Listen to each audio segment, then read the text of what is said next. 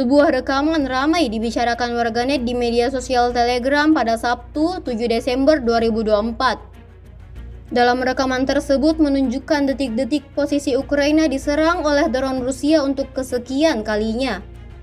Personel Ukraina dengan senjata anti-drone mencoba membawa operator UAV Rusia ke kantor polisi mereka di arah Kherson.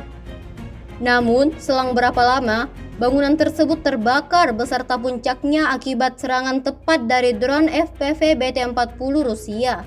Seperti yang terlihat dalam rekaman, tidak diketahui pasti seperti apa nasib personel militer Ukraina itu selanjutnya. Video ini viral dan menuai beragam komentar dari warganet.